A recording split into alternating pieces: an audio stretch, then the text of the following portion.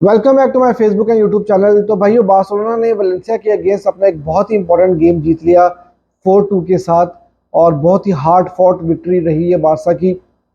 तो इस गेम में इसी का रिव्यू करेंगे, तो वीडियो को आखिर तक जरूर देखिएगा और मेरे यूट्यूब चैनल को भी सब्सक्राइब कर लीजिए और मुझे फेसबुक पे और इंस्टाग्राम पे फॉलो भी कर लीजिए। तो भाई, ये बहुत ही इंपॉर्टेंट गेम था बार्सिलोना के लिए। बार्सिलोना का सीजन तो ऑलमोस्ट खत्म हो ही चुका है, क्योंकि हम लोग टाइटल रेस में अब फर्स्ट पोजीशन के लिए तो नहीं जा सकते, लेकिन सेकंड पोजीशन भी बार्सिलोना के लिए बहुत ही इंपॉर्टेंट है। और इस गेम से पहले जिरोना सेकंड पोजीशन के ऊपर थी और 1 पॉइंट का डिफरेंस था, 1 पॉइंट अबव थी जिरोना। तो ये गेम बारसा के लिए जीतना बहुत ही इंपॉर्टेंट है।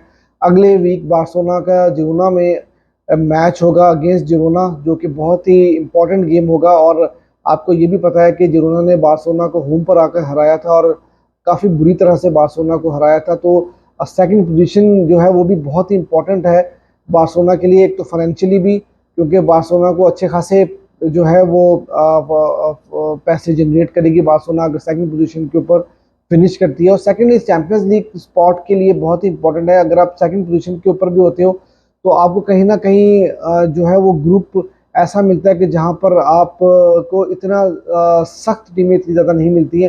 लेकिन अगर आप थर्ड कंप्लीट करते हो, तो थर्ड अगर आप होते हो तो फिर आपको चैंपियंस लीग ग्रुप में भी जो है वो एक मुश्किल ग्रुप जो है वो मिल सकता है। तो उस हिसाब से अगर देखा जाए तो बहुत ही इम्पोर्टेंट है इस वक्त बार्सिलोना के लिए सेकंड पोजीशन पर आना। और अगर हम लोग गेम की बात करें तो यार, लाइनअप आपके सामने है। बहुत ही तगड़ी टीम जो है वो बार्सिलोना ने खिलाई थी। चावी ने कुछ ज़्यादा रिस्क नहीं लिया और ऑलमोस्ट जो है वो मेन टीम ही आपकी खेली थी। आपकी बैक जो थी वो वही चार मेन प्लेयर थे जो आपके हमेशा बड़ी गेम्स में होते हैं, कुबारसी, अरोहो, कुंदे और कैंसलो ने स्टार्ट किया था। ऑफ कोर्स टर स्टेगन कीपर थे। उसके बाद मिडफील्ड में आपको क्रिस्टियनसन देखने को मिले और गुंडोगन और फरमीन लूपेस ने स्टार्ट किया था। और फॉरवर्ड लाइन आपकी वही थी। राइट साइड के ऊपर लामीन जमाल खेले थे, लेफ्ट के ऊपर रफीनिया और लेवेंडोस्की ने जो है वो एज अ स्टैकिंग पोजीशन के ऊपर स्टार्ट किया था। तो यार देखो, अगर गेम की बात की जाए ना तो गेम बार्सिलोना का अच्छा नहीं था। बहुत ही डल, बहुत ही बोरिंग और बहुत ही बुरी फुटबॉल बार्सिलोना ने खेली इस गेम में। और मतलब कोई चीज़ नज़र नहीं आ रही थी कि यार कोई एक वर्ल्ड क्लास टीम जो है वो ये गेम खेल रही है। और यहाँ पर हमें रिजल्ट देख के 4-2 से जो है वो देखने में तो ये लगता है कि यार पता नहीं इस गेम में क्या कुछ हुआ होगा। और बहुत ही ज़बरदस्त किस्म की गेम जो है वो स्पेक्टेटर्स के लिए देखने को मिली होगी, लेकिन गेम में कुछ खास नहीं था। बहुत ही बोरिंग गेम थी। वलेंसिया बेसिकली लो ब्लॉक में फुटबॉल खेल रही थी, वहां पे बार्सिलोना को लो ब्लॉक तोड़ना था। लेकिन बार्सिलोना ने जो 2 गोल कंसीड किए वो बहुत ही यार शॉकिंग था मेरे लिए।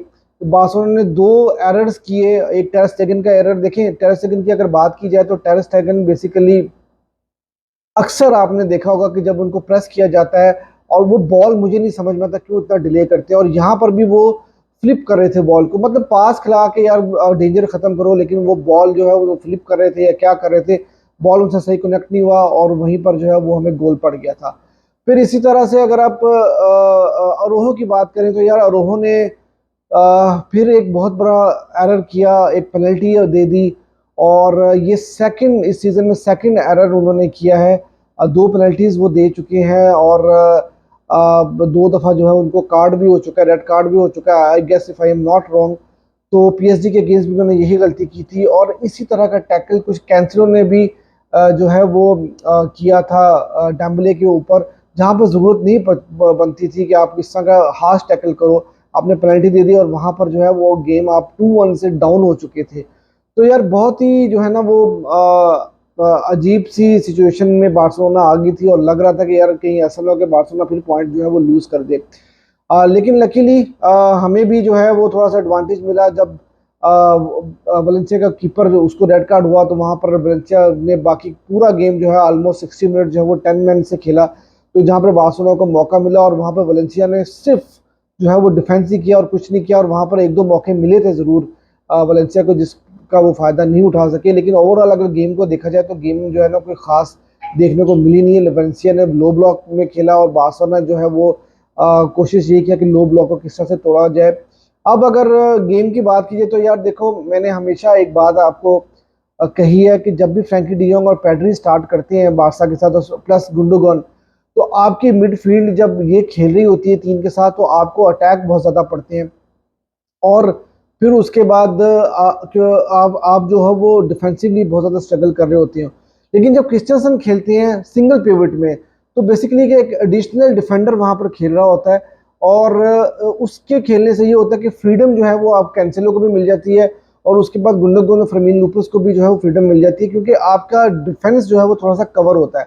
अब हमने जो 2 गोल कंसीड किए वो बेसिकली डिफेंसिव एरर थे, उसके अलावा अगर आप देखो तो कुछ खास जो है वलेंसिया ने चांसेस क्रिएट नहीं किए थे। और एक चीज जहां पर मैंने अरोहो को भी नोट किया वो ये कि अरोहो ने हाई बॉल्स के ऊपर काफी ज्यादा जो है वो अरोहो जो है ना इस गेम में उन्होंने एरर्स किए, जहां पर वो हेडर्स जो है वो विन नहीं कर पाए, और वहां पर उन्होंने गलतियां की हैं, जो कि अब मुझे लगता है कि अरोहो को जो है अपनी गलतियों को ठीक करना पड़ेगा। अदरवाइज आपने देखा होगा कि रिसेंटली बायर्न के साथ भी उनको लिंक किया जा रहा है, मैनचेस्टर यूनाइटेड के साथ भी उनको लिंक किया जा रहा है। तो इस तरह की अगर सिचुएशन रहेगी तो मेरे ख्याल में बार्सिलोना के को जो है वो फिर सोचना पड़ेगा कि अरोहो के साथ जाना चाहिए कि नहीं जाना चाहिए। मैं ये नहीं कहता कि अरोहो को बेच देना चाहिए, मैं अभी भी इस चीज़ पे कन्विंस हूँ कि अरोहो आपका मेन प्लेयर है, लेकिन जब इस तरह की गलतियां आप इतनी क्रूशियल स्टेज के ऊपर आकर करोगे तो फिर, और स्पेशली जब आप मेन प्लेयर हो, आप मेन डिफेंडर हो टीम के, तो फिर वहां पर जो कहीं ना कहीं जो है वो जो आपका क्लब हायरार्कीज होती हैं वो फिर सोचने पे मजबूर हो जाती हैं, और फिर निगोशिएशंस में भी जो है आपकी प्राइस जो है वो थोड़ी डाउन हो जाती है। तो ये चीज़ जो है हमें वो सोचनी चाहिए। अगर अब उसके अलावा अगर मैं प्लेयर बाय प्लेयर की बात करूँ तो यार प्लेयर्स की कोई ज़्यादा अच्छी परफॉर्मेंस नज़र नहीं आई। टेर स्टेगन का मैंने बताया कि एरर उन्होंने किया, कुबार्सी का डिसेंट गेम था, कुंदे का डिसेंट गेम था, अरोहो ने मिस्टेक्स किए काफ़ी सारी, कैंसिलो का गेम बहुत ज़्यादा डाउन था, फर्मीन लूपस ने एक गोल स्कोर किया और उनका गेम भी डिसेंट गेम था। उसके अलावा क्रिस्टियनसन डिसेंट थे, कुछ इतना मतलब मैं उनको नहीं कहूँगा कि बहुत ज़्यादा उन्होंने कोई ज़्यादा अच्छी परफॉर्मेंस दी, गुंडोगन गेम को उन्होंने ही कंट्रोल किया। उसके अलावा रफीनिया एक उन्होंने असिस्ट दिया, लेकिन फिर वही बात है कि यार रफीनिया जो है वो नहीं यार भाई, आई एम सॉरी टू से। फिर लामीन यमाल का गेम भी काफ़ी ज़्यादा जो है वो लो रहा, और फिर लेवेंडोस्की आते हैं, उन्होंने हैट्रिक स्कोर की। लेकिन यार देखो, ऑनेस्टली मैं एक बात बताऊं कि यार इस हैट्रिक से जो है वो हम लोगों को ये नहीं सोचना चाहिए कि यार लेवेंडोस्की इज बैक और लेवेंडोस्की जो है वो इस अटैक को कैरी कर सकते हैं। आई एम सॉरी टू से, हमारा फैन बेस जो है ना वो एक दिन में अर्श पे चढ़ा देता है किसी भी प्लेयर को, अगले दिन फर्श पे लाकर फेंक देता है। लेकिन हमें थ्रू आउट द सीजन जो है वो परफॉर्मेंसेज जो है वो देखनी पड़ेंगी कि यार हमारी परफॉर्मेंस किस तरह रही है। रफीनिया ने पीएसजी के अगेंस्ट गोल स्कोर किए तो उसके बाद ये रफीनिया रफीनिया होनी शुरू हो गई थी। लेकिन यार रफीनिया, मैं आज भी ये इस बात पे कन्विंस्ड हूँ कि वो एक एवरेज प्लेयर है। लेवेंडोस्की इस अटैक को कैरी नहीं कर सकते, आपको वर्ल्ड क्लास जो है वो स्ट्राइकर चाहिए, और लेवेंडोस्की जो है वो उनका लिंकअप प्ले बहुत ही बुरा है। ठीक है, लामीन यमाल का गेम इतना ज़्यादा अच्छा नहीं रहा, लेकिन लामीन यमाल जो है वो आपका फ्यूचर है, वो मुझे समझ में आता है। फिर उसके बाद आपने कुछ चेंजेस किए हैं, चेंजेस करने के बाद जो है वो आप जो फिलिक्स को लेकर आए, उनका गेम पे कुछ खास नहीं रहा, मतलब ओवरऑल अगर देखा जाए तो गेम को इतनी खास नहीं रही। लेकिन बहुत इंपॉर्टेंट जो है वो बारसा ने 3 पॉइंट लिए हैं। अगला गेम जिरोना के अगेंस्ट होगा, वहां पर वो गेम बारसा को जो है अगर जीत लेता है तो सेकंड पोजीशन जो है वो ऑलमोस्ट कंफर्म हो जाएगी। अभी भी 5 गेम्स बाकी हैं, पचीची की रेस ऑन है, 3 गोल्स का डिफरेंस है, और लेवेंडोस्की जो है वो 3 गोल पीछे है बलिंगम से। 5 गेम्स में वो 3 गोल्स जो है वो अचीव कर सकते हैं मेरे ख्याल से, क्योंकि शायद बलिंगम को अगर चैंपियंस लीग की वजह से हो सकता है पूरा गेम ला लीगा में ना मिले, तो वहां पर 25 लेवेंडोस्की जीत सकते हैं। लेकिन फिर मैं ये कहूंगा कि हमें वर्ल्ड क्लास प्लेयर की जरूरत है, और फैब्रिजियो रोमानो के मुताबिक इस गेम से पहले लेवेंडोस्की ने ये बात कही है कि आई am not going anywhere, I am staying at Barça, और फिर उन्होंने हैट्रिक भी स्कोर कर दी। उसके अलावा फैब्रिजियो रोमानो ने ये बात भी कही है कि भैया चावी जो है वो इस प्रोजेक्ट के लिए फ्रैंकी डियोंग को बहुत ही इंपॉर्टेंट प्लेयर समझते हैं। तो अब जो खबरें आ रही हैं कि जी फ्रैंकी को सेल कर दिया जाएगा या जो कुछ बातें हैं वो अब मुझे नहीं पता, लेकिन फैब्रिजियो ने ये बात कही है तो इसका मतलब है कि देयर इज समथिंग। फिर उसके बाद कुबार्सी के बारे में भी न्यूज़ आ रही है कि भाई Cubarsi is one step away to sign his new contract. तो ये एक बहुत अच्छी न्यूज़ है बारसा के लिए। लेकिन बार्सिलोना को मैं ये समझता हूँ कि इस समर विंडो में बहुत सारी चेंजेस करनी होंगी अगर आपको रियल मैड्रिड के साथ compete करना है, जिस तरह की वो टीम बनाने जा रहे हैं। एम्बापे भी उनको ज्वाइन करने लगे हैं, तो मेरे ख्याल में बार्सिलोना को अपने अटैक में बहुत सारी चेंजेस करनी पड़ेंगी। आपको एक पिवट पोजीशन के ऊपर प्लेयर चाहिए, वर्ल्ड क्लास प्लेयर चाहिए, और किमिश के बारे में ये न्यूज़ आ रही है कि वो स्पेनिश भी सीख रहे हैं और वो बहुत ज़्यादा बारसा को लाइक भी करते हैं और बारसा की तरफ से खेलना भी चाहते हैं।